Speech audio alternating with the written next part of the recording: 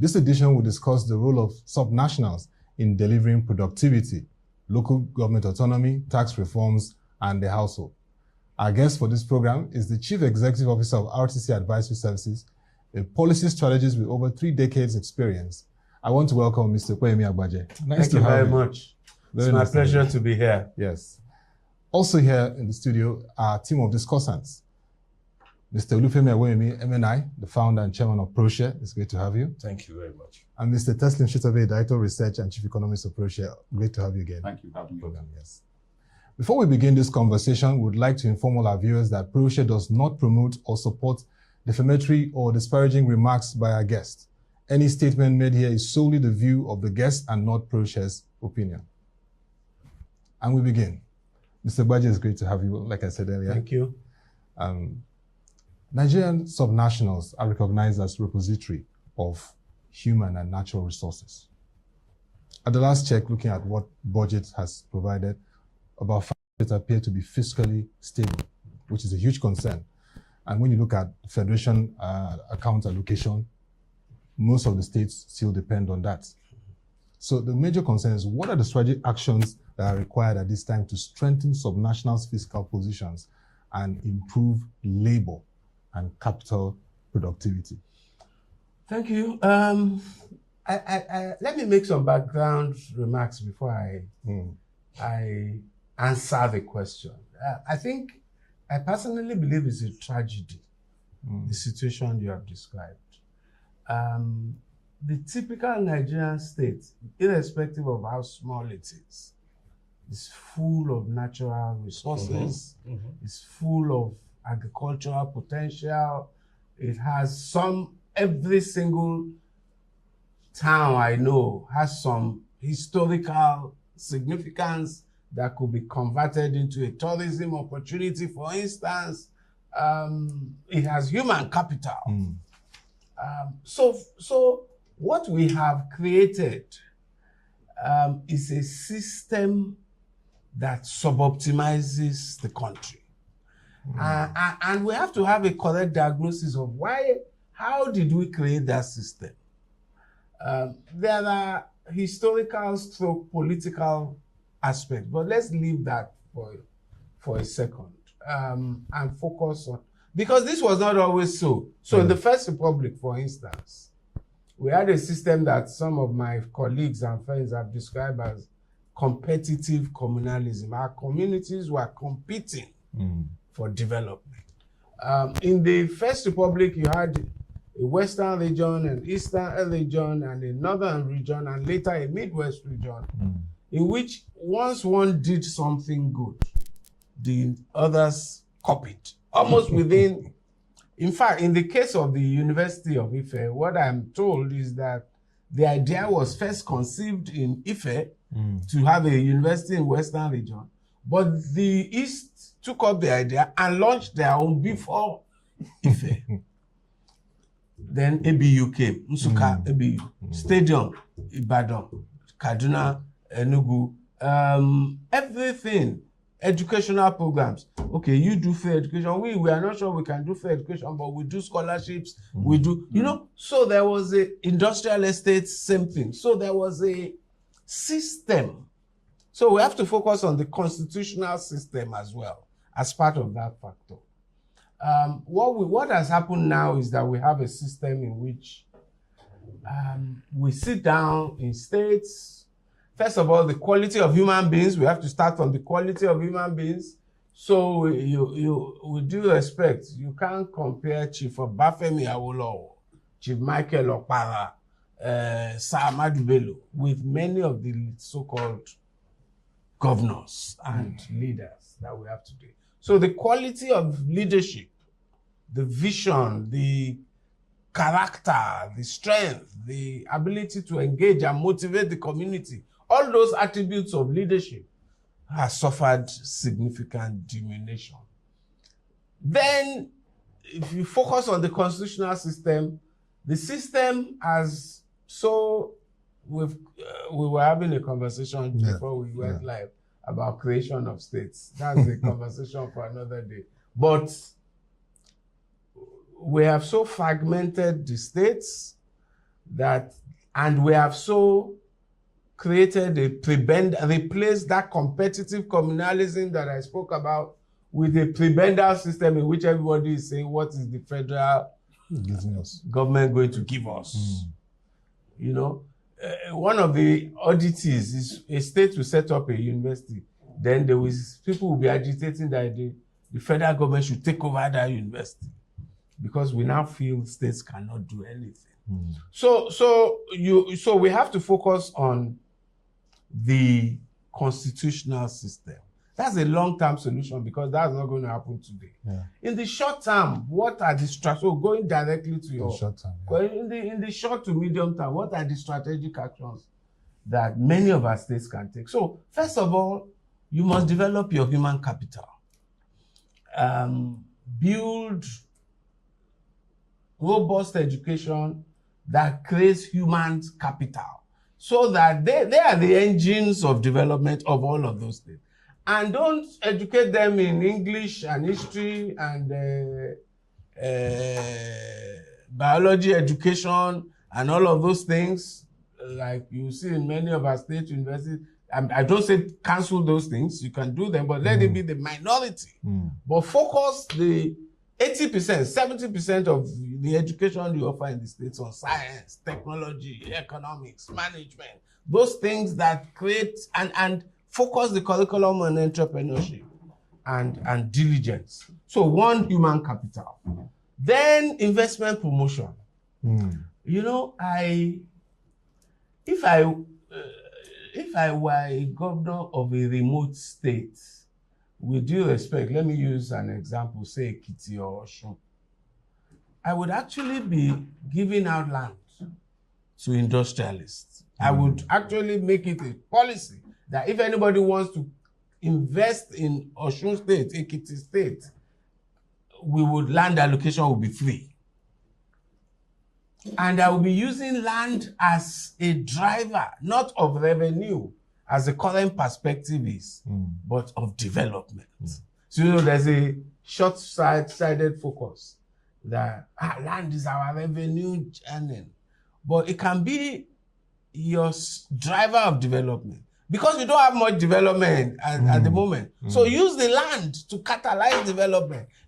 Let people consider, they look at the disadvantage of your state, then offer them some incentive. So we give you land, so we give you investment support, so we give you this.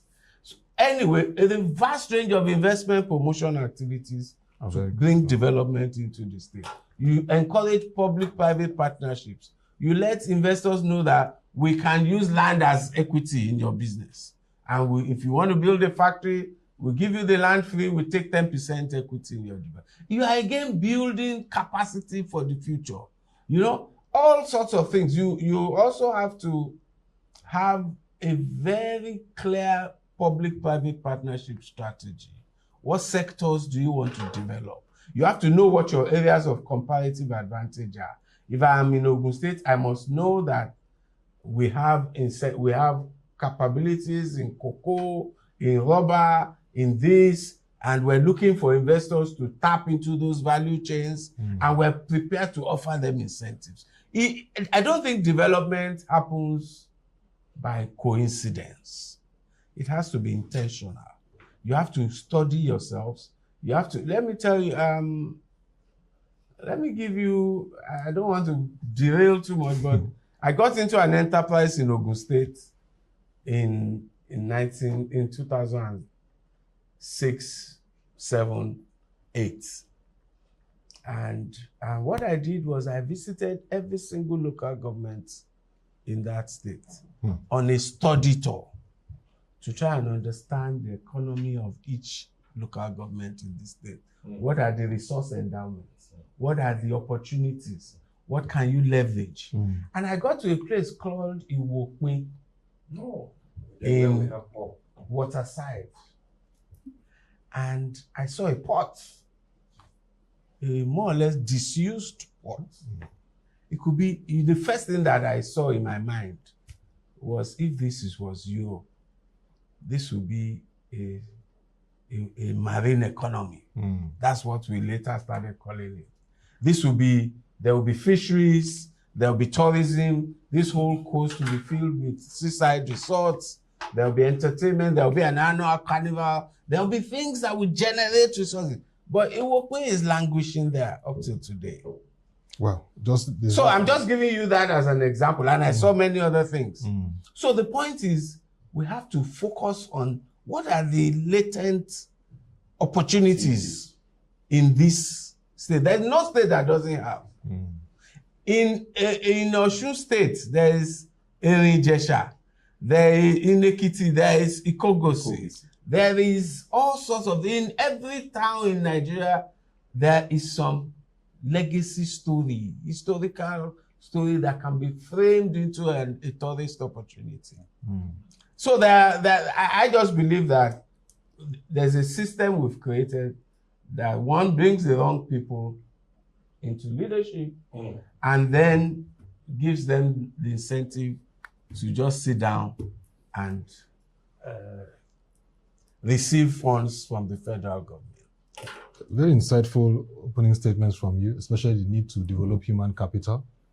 Investment promotion, I like that because yesterday in Economist conference, the big word was investment policies, investment opportunities, and also the issue of public-private partnership. But very, very insightful. Well, you to Mr. Awoyemi, in terms of looking at our subnational and productivity, which is very critical at this time, you're going to engage further around the ongoing issues around the fiscal policy and tax reform bill. Well, what Dr. Agbaje has said is quite a mouthful. I'm trying to process it and reframe myself.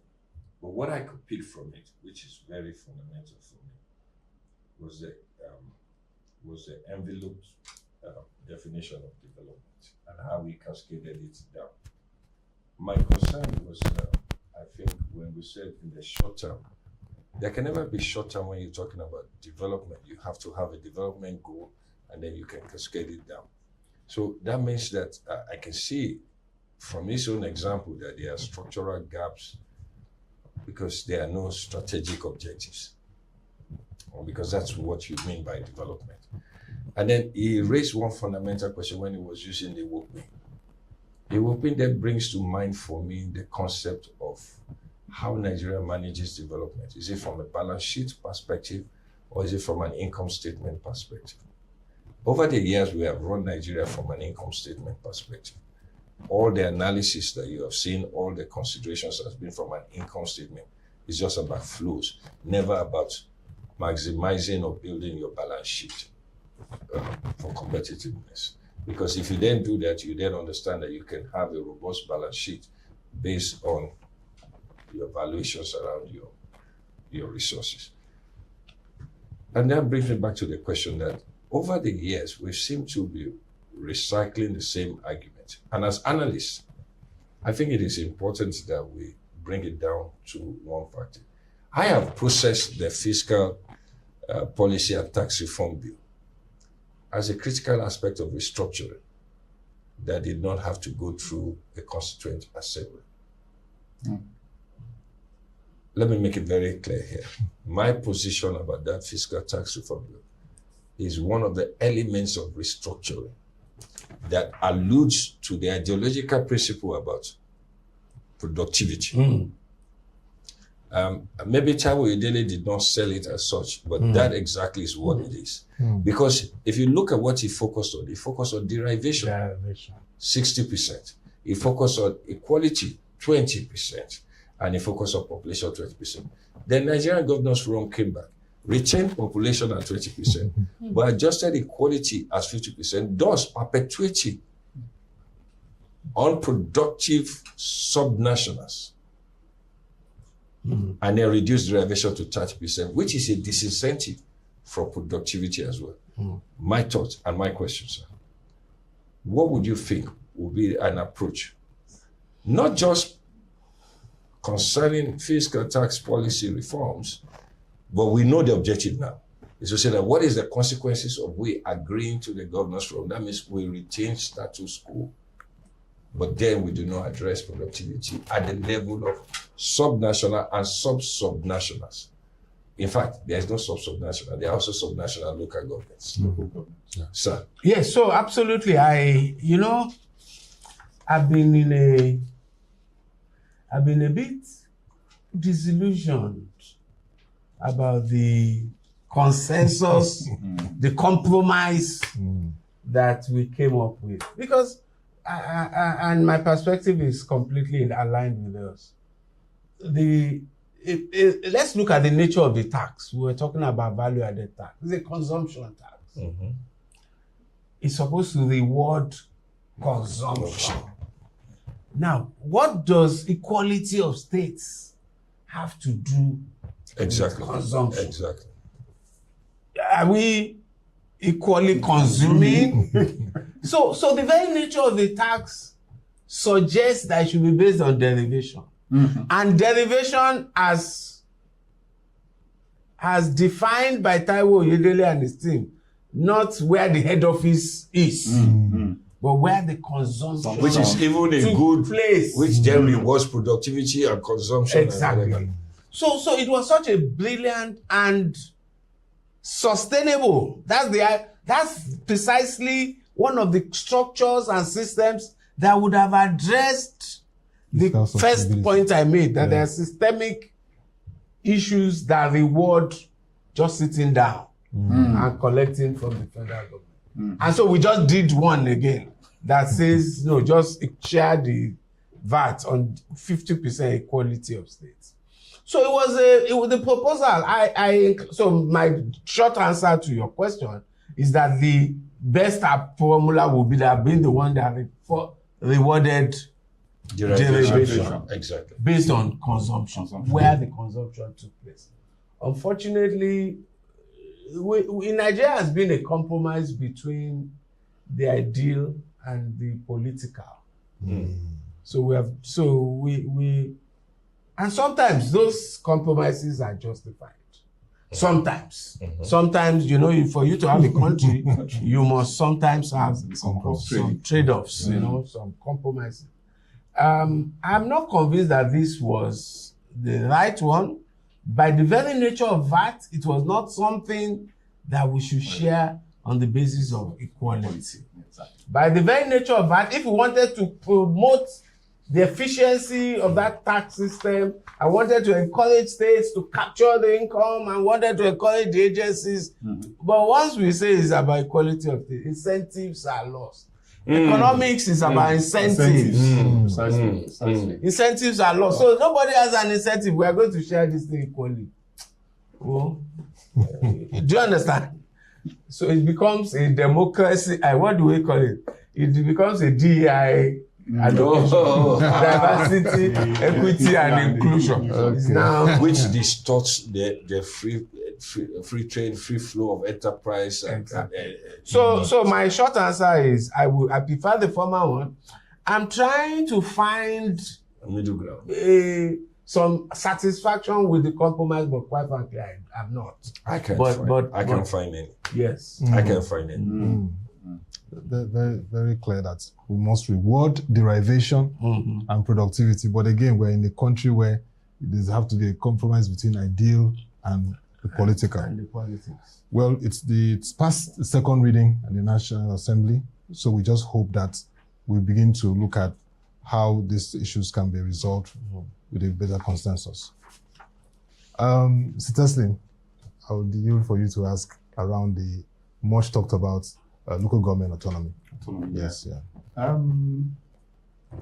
Before I get to asking Dr. Agbaje about the autonomy of local governments, I just want to piggyback a bit on what yourself and Mr. Awoyemi have discussed concerning Iwokwin as a placeholder. And let me tell you why I think it's a very vital issue that needs to be addressed. Certain things about Iwokwin is clear. It has its own power plant. It has its own jetty. What you saw was actually Iwokwin's jetty. It has 50 bungalows. 50. It has 2 trains of pulp processing plants that were never opened. They are in their crates as I'm speaking. You still have those machines in their crates. They were never produced. And they were funded by the African Development Bank. Funded by the African Development Bank. Wow. And In fact, Shina Badru actually took a trip there. There's a video online where he went there and he nearly cried when he saw what was going on. I was there myself. The full-fledged, like an industrial estate. Yes, and J5 Forest actually was developed for that particular project. The J5 Forest in Gusau was developed for that project. That's how I'm using this as a case holder is how we waste resources. It talks to what Mr. Awoyemi talked about when he talked about balance sheet. That actually should be part of the balance sheet. We should be talking about the positive aspects of the balance sheet. That project, and so you can unleash that balance sheet by then turning it and by securitizing. God bless you. Yes. So since government cannot do it, we can financialize. We cannot financialize it. That's what we need to do. And the jobs that we have created, which will also generate tax. No, the papers we're using here is going to be the apple rather than imported. So I will now go to the question. Good point by Dr. Very good. So, but the point I will add is that I will say from the experience I did, I just use the Wokme as one example. In each state of Nigeria, how many Wokmes do we have? Excellent. That's a key word. How many Wokmes do we have? Now to your question. Yes, now to my question. But it's almost that you've done research on these things. Yes, I've actually been involved in the Wokme. Yeah. So now to my question. July last year, the Supreme Court came up with a pivotal judgment concerning the independence, autonomy of local governments. This has been a bogey bear for Nigeria for a long time. The Supreme Court has made a decided judgment in favor of the local governments and their autonomy. How do you see this working out, given the current political arrangement? Typically, in most countries, the closest government to you is your local government and then your state government. In Nigeria, we seem to have inverted the relevance of governance from the central government. So we're depending on the central government, then we drill down to the local government. Let me give you a quick example. Parks, markets, revenues from those places are local government revenues. Currently, those revenues go to non-state actors, especially in one of the most populous states in the country. So given this autonomy, what should we be expecting? What do we need to do? What lessons have we learned from the past? And how can we leverage those lessons to tweak the local government to be genuinely autonomous, impactful levels of government in the lives of the average Nigerian household? So let me again make a background. When that Supreme Court judgment was delivered, I was one of those who were most excited about it. I also belong to a group that commissioned me to do a paper on all of the opportunities that this could open up and how we could make the benefits of that autonomy judgment available to our people. And we were all very excited.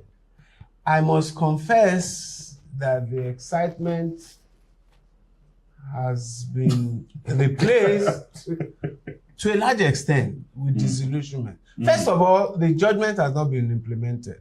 Yes. The federal, again, another case of compromise. The federal government has sat down with the state governors who are very angry about that judgment, and they have reached a compromise that says, okay, we give you 3 months to ensure elections are conducted, because part of what the Supreme Court said is if you don't have a democratically elected local government, you don't get revenue. Exactly. The federal government agreed to suspend implementation for 3 months so that all the states could conduct local government elections. Many of the states, as usual, conducted sham local government elections, and so we have local governments in place in most places, elected local government. We have a crisis that we see on TV in Osun State as a consequence of that. That 3-month extension has extended now. You said the judgment was in July, right? Yes. This is February of the next year, and the concession has been extended and extended and extended. What was supposed to happen is that after that 3 months, you can justify the 3 months, but after that 3 months, the allocations were supposed to go directly to the local governments. Exactly. That has not yet started happening. Yes. So the states still collect the money. and still give it to the local government. But the more unfortunate thing that happened is that because of the judgment, the governors saw that the stakes are much higher. If these people are going to be autonomous, instead of it becoming an opportunity, it became a disadvantage. Because they are going to be autonomous, I must make sure every one of them is a total cloning. Okay. That's what has happened. I must make sure I know about the ones that we are familiar with. We will take no chances. We must win every single councillor and chairman in our state.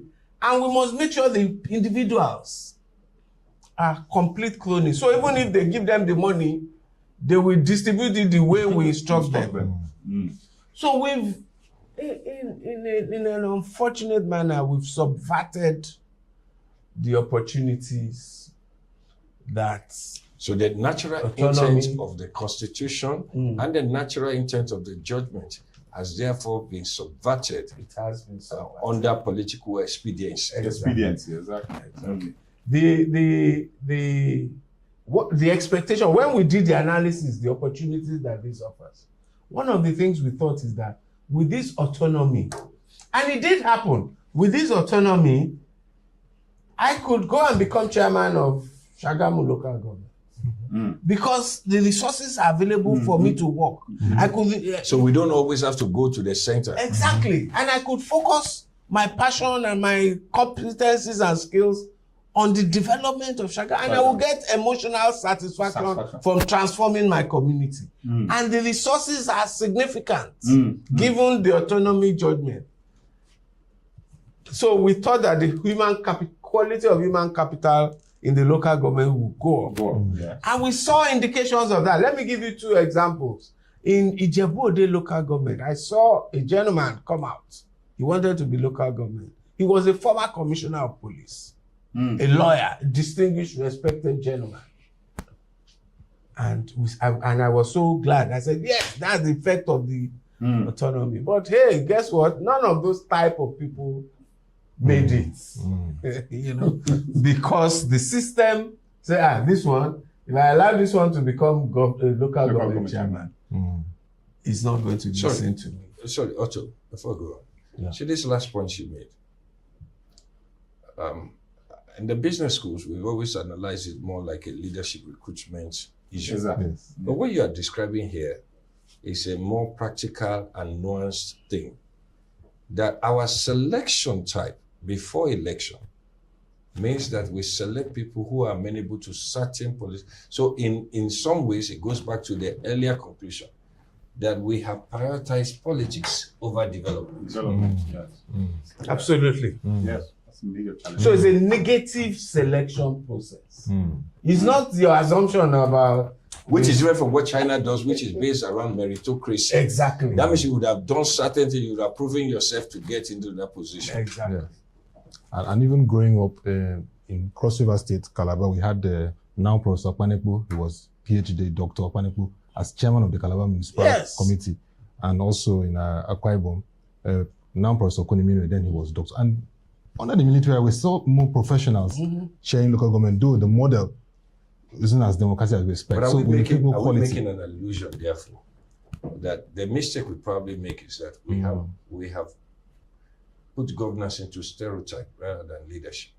Which therefore runs contrary from an ideological position that the concept of democracy is who the people want. Who the people want. So who are those, like Plato said in La Republic, that there must be the invisible hand that makes sure that your leader are people you aspire to, not the ones who are most available. And as such, in the system we have today now, you see across all tiers, people in top positions, even up to our rulers, who are therefore held by police or FBI, or in some cases, other countries for fraud and so many things. And as such, is it therefore that the leadership process that will deliver the objective is the problem?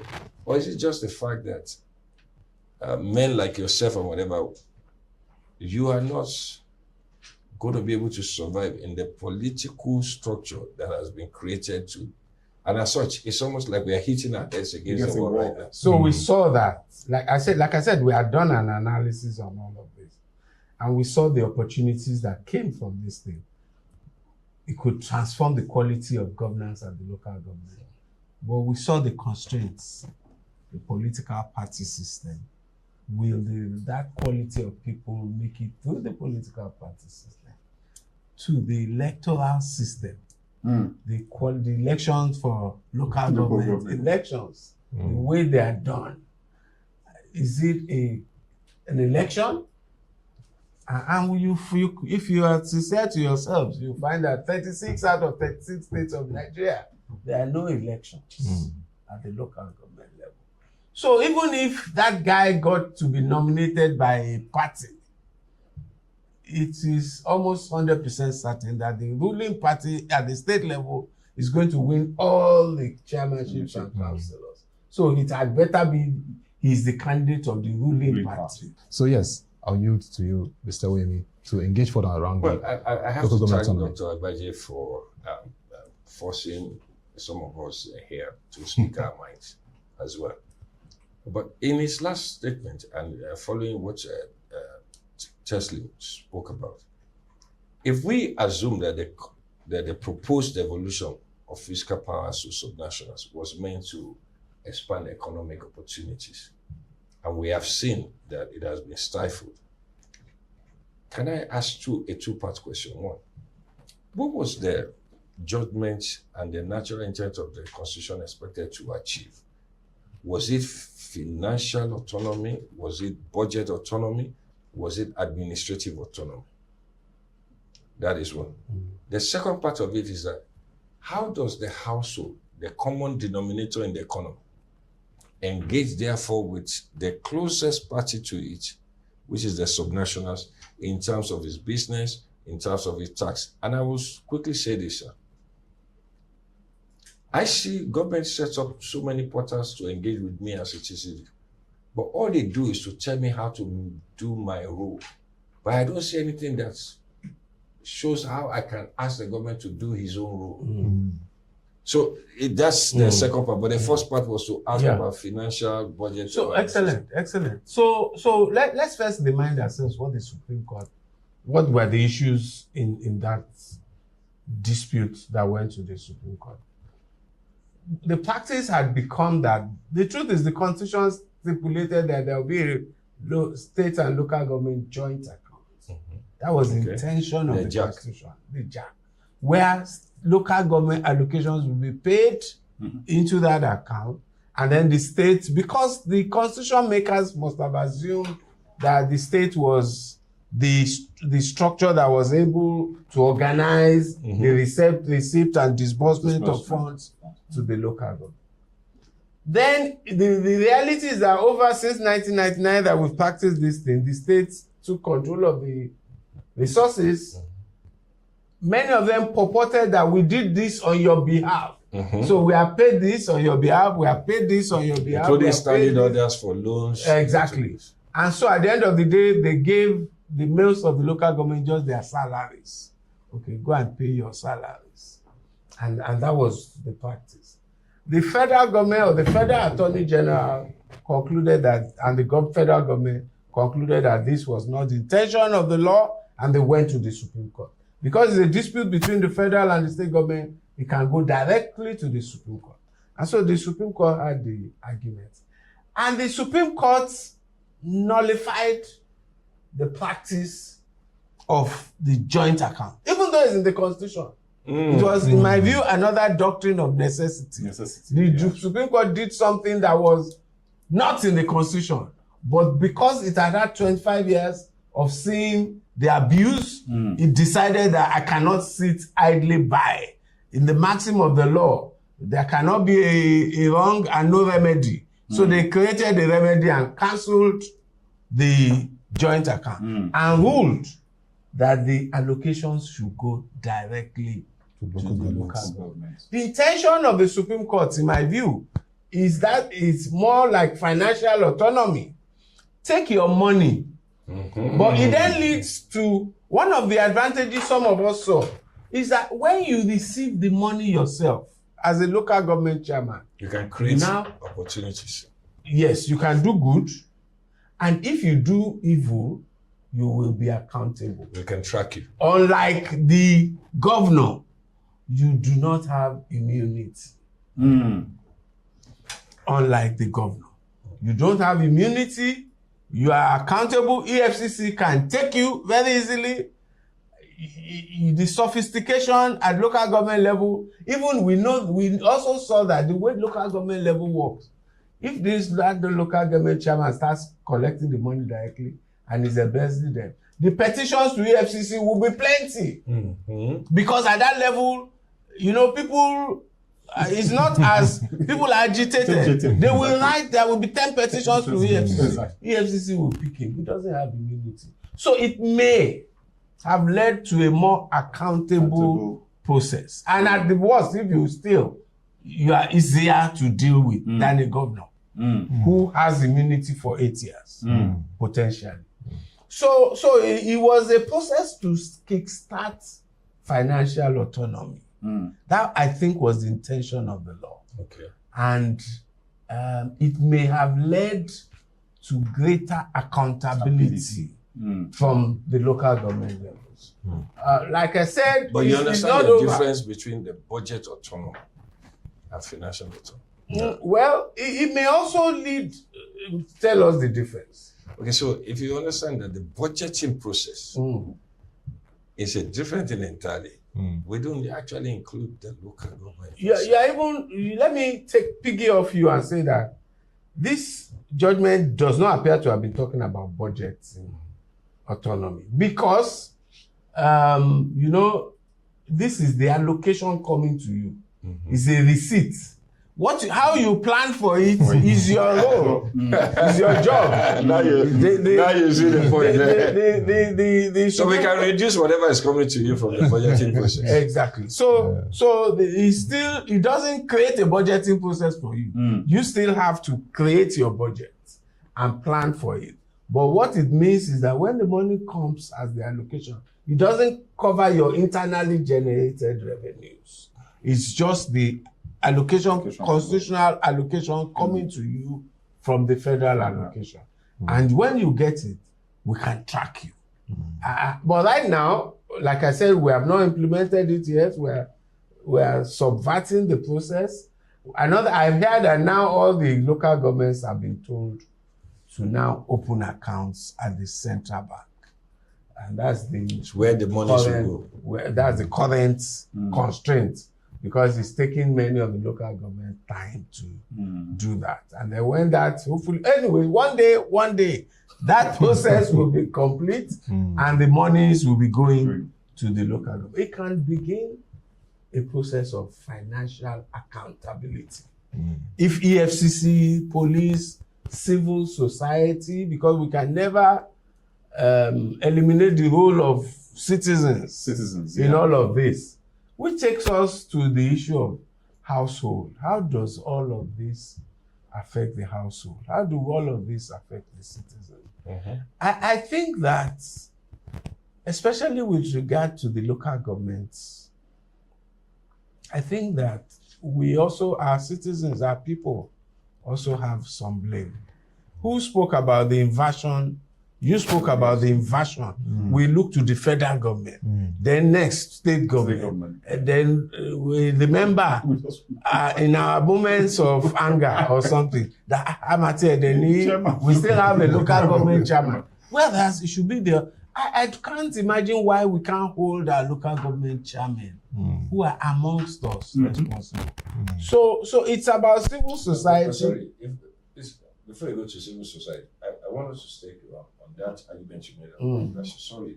No, go ahead. Okay. Let's take primary healthcare let's take healthcare.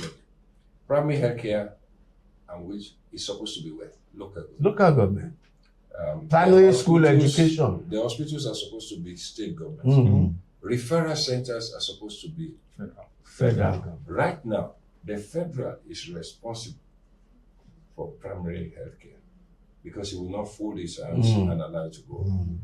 The local governments are unable to manage primary healthcare. their fundamental function has somewhat been subverted. So when we talk about the household, the nearest thing to a household are the basic Maslow's principles: healthcare, food, shelter, whatever.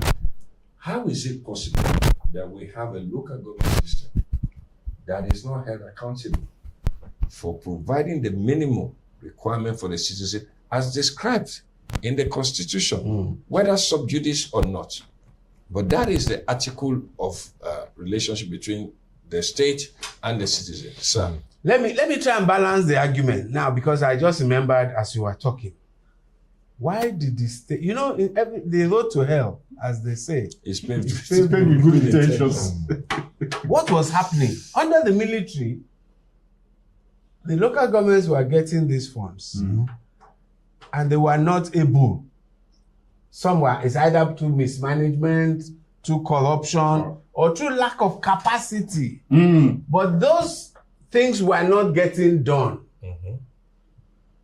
So the state governments then took it over, because we can't afford. So the payment of primary school teachers, which is a local government activity, the state government took it over. The running of primary health care centers, which is a local government, they took it.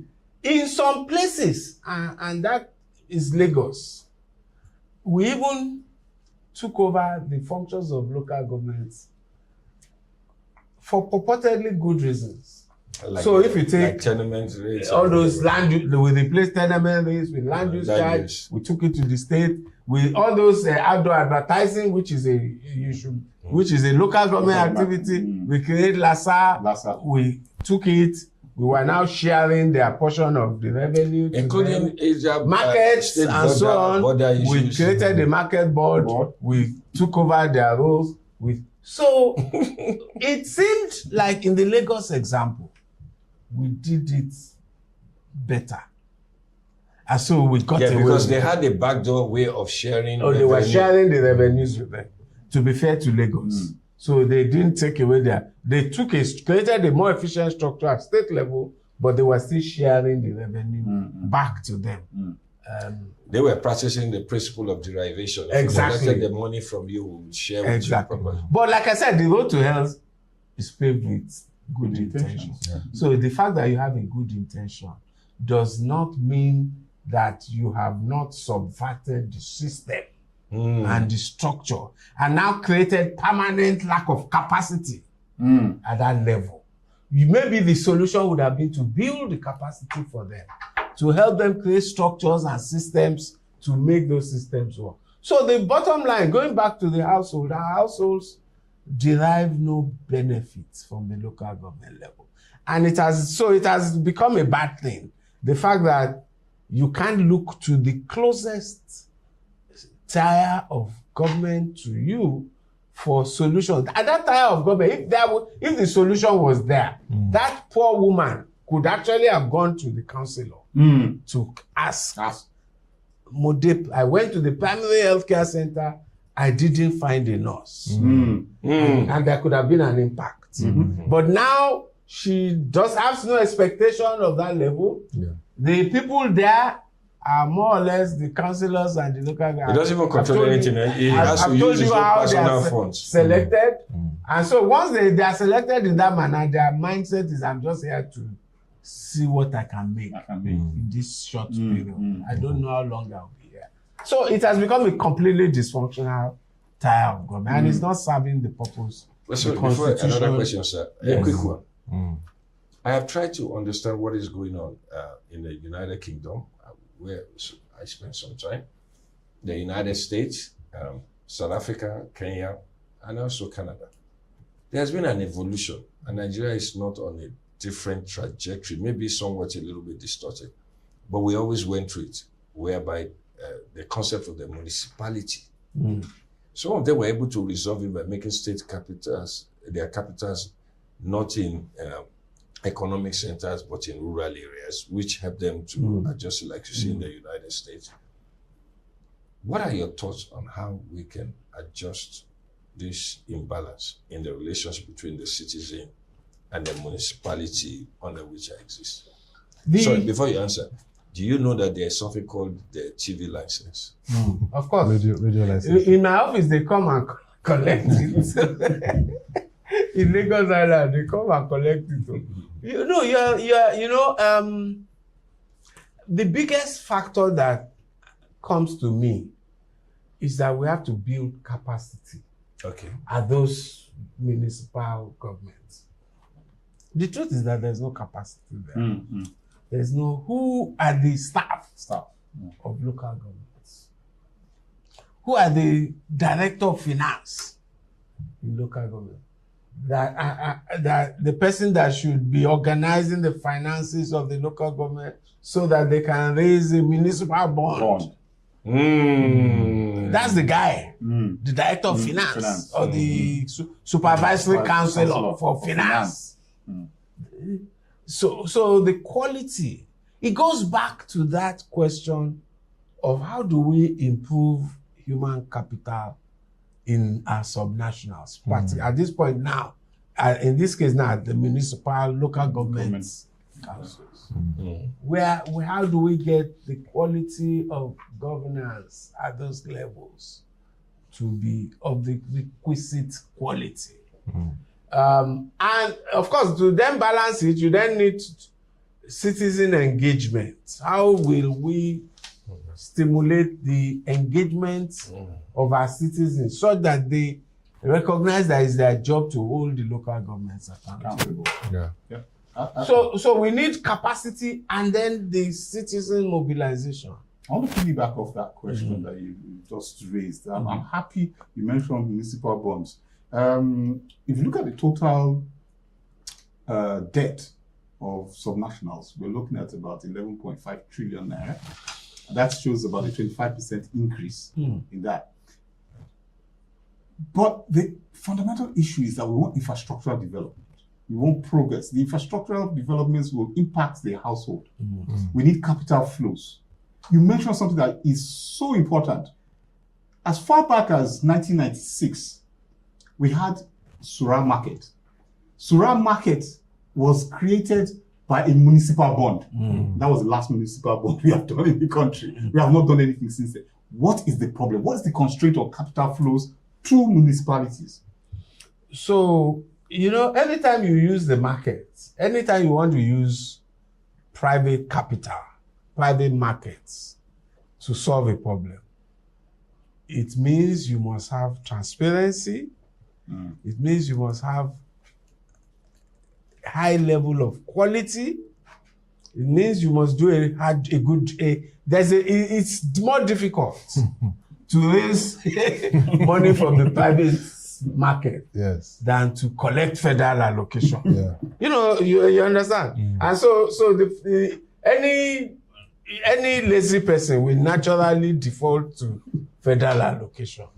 If you want to do a municipal bond, you have to have solid accounts at the local government. I'm told that part of the problem with the local governments opening bank accounts at the central bank is that the central bank has mandated that for them to be able to open a bank account, they must submit an audited account. Most of them will need 2 years before they can submit an audited account because they first did not prepare the accounts. They now have to go and prepare it with vouchers and receipts, bank accounts, and then to get it audited. So you need, and that's the difference. Even with Nigeria, I'm sorry to take it to the national level. That's why we run away from private markets. When you see policy, at policy level, there's always an option of raising private capital to do anything and getting government funding or borrowing as government. We always default against the private market because it's harder work. We don't even have a CBN account, right? Exactly. It's hard work. You have to have transparency. You have to do the proper account. You have to make projections. And then you have to hold yourself accountable to the market. After they give you the money, you must now be... So that all of that involves significant discipline.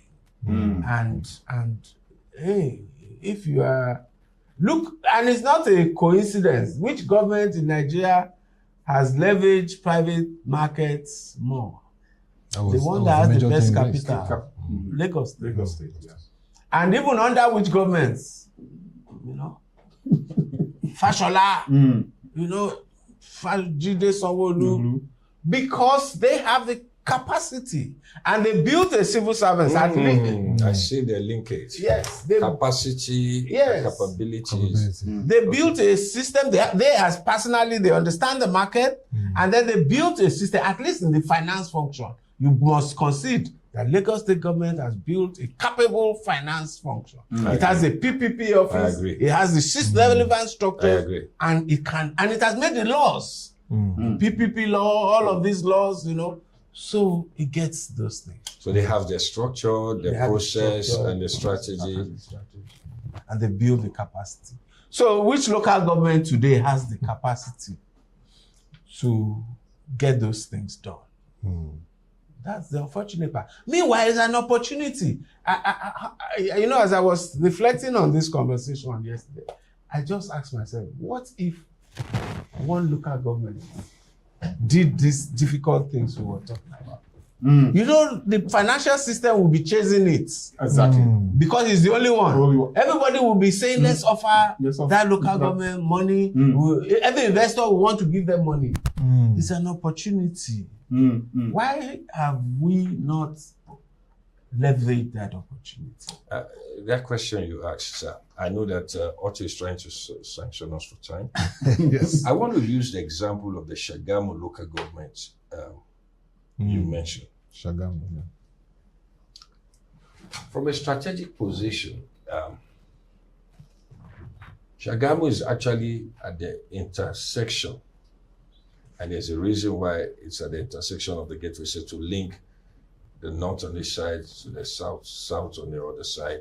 But most importantly, it has one of the biggest and foremost plants, the Lafarge plant in it. Around the Sagamu local government, you also have industries, plants, a few farms. If you use this concept, which we have in Proshare, where we say that the role of the government is to manage the square kilometers in a state. And you understand that in managing the square kilometers in your state, you are looking to take care of where is your revenue as a state government going to come from directly. Where is your revenue going to come from by creating opportunities for private sector to play in? And where are those your responsibilities, provisioning those support systems for the vulnerable in your society? And you look at Sagamu local government. Why is Sagamu local government thus incapable of being one of the best examples? Access to Lagos, access to Abeokuta, access to this, interchange, trade, commerce, population, linkages to everywhere, gateway into everywhere. Industries available to you, all the land from there. You have one of the biggest religious institutions, schools, what have you. For me, that is one example where I think we can use to summarize this conversation. That's excellent. You know, I had that local government in mind because it's mine. because I can already, you're 100% correct. I can see it easily able to raise a municipal bond. Exactly. Easily, just like you said. It is next to the largest industrial estate, the Flowergate Industrial Estate in Ogun State. It has a residential community and an industrial community. It has a large population, growing and viable. Its location outside Lagos State has the best location to access Lagos market. Everything is there. So what is not there? Okay. What is not there is, I would say, the independence and the capacity to function. So if it has the independence, you know, that autonomy question, if it is an independent, I won't give money to a crony. You understand? Who can be told, use the money in this manner. I will give money to an entity that can be held accountable. So that's the first. So that's the autonomy question. And then the capacity question. Yeah. Does it have audited accounts? Does it have financial systems that are transparent and auditable? Does it have the quality of leadership that understands the vision of all we are talking about? So those are the questions. But the last question from your points here is that if, as privileged as we have to understand the issues, is there a failure on our part to help the public to understand how it can be better for them if they moved in a different way? Even maybe while still accommodating the kind of people you have in place. I'm just asking. I will plead guilty for the collective. I can make excuses for myself. Yes. Including myself. I can make excuses for myself, but that's not the point here. We are guilty. And when I say I can make excuses for myself, what do you think I was doing? Trying to understand the economic structure. To know how. What do you think led me into some adventures that are outside the range? That you normally not have invested. Exactly. So the point is that as an elite, educated Nigerian elite, we have been irresponsible in our relationship towards governance. We've thought that we can get away with leaving governance to politicians and thugs. And we've now created a system in which even if you change your mind now that you want to enter, you cannot enter. So now it's now a war. It's now the system has concretized.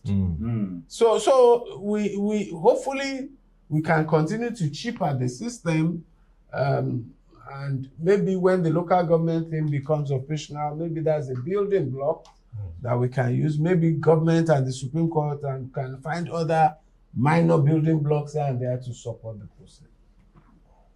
Very interesting conversation, Mr. Opeyemi Agbaje. Thank you very, very much for your insights. Mr. Opeyemi Agbaje, CEO of RTC Advisory Service. We've had a very interesting conversation today. And of course, it has been a very enlightening one. I would like to thank you for taking our time to have this conversation. Very, very the company of friends. We really looked a lot at local government, but of course we highlighted issues of subnationals that needs to be addressed. And of course, the topic was role of subnationals in delivering productivity, local government autonomy, tax reforms, and of course, the linkage with households. We also want to thank once again Chairman of Proshare, Mr. Olufemi Awoyemi. You really made it enlightening through the various interventions you made. Nice to have you. And of course, Mr. Teslim Shitta-Bey, Director of Research and Chief Economist, Proshare. Thank you. I believe our viewers, you enjoyed this conversation, and you can follow our website displayed on the screen and follow our social media platforms to get further insights on this program. To come your way again, thank you for watching. I'm Otunba Opeyemi Agbaje. Thank you for watching, and bye for now.